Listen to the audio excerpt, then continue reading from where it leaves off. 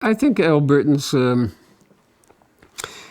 and it was reflected in the governments of Alberta over the decades, really, have taken a very strong position that, look, we are, well, at the outset, we were sort of outsiders.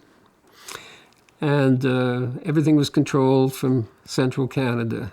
So there's been an ambition, let's put it that way, on the part of Alberta governments to be more independent-minded and to stand up for those constitutional responsibilities that are given to the provinces.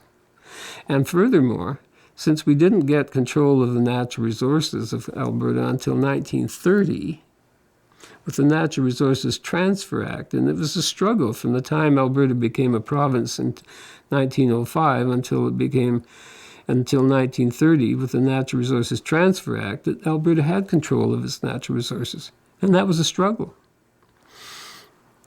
Premier Brownlee, who achieved that deal with the federal government, when he returned to Alberta, on the train was met at every stop with huge celebratory crowds.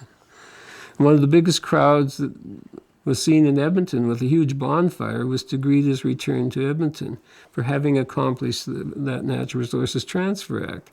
So when you look at that, and then, of course, the struggles that Alberta went through in the Depression when, in fact, it was bankrupt and had to renege on its bonds, gave us a sense of almost alienation and the determination not to let that happen again. Okay?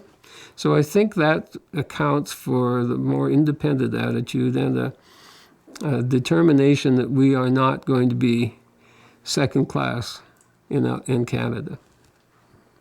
And so I think that accounts for our ambition and the ability we've had as a result of income, etc., to provide a level of public services as well. You get an attitude, now look at Alberta is paying more into Canada than it takes out, through the federal transfer system. That leads to another attitude on the part of Albertans that, look, we want to make sure that we have a real leadership role to play. And that's been around for quite a while now.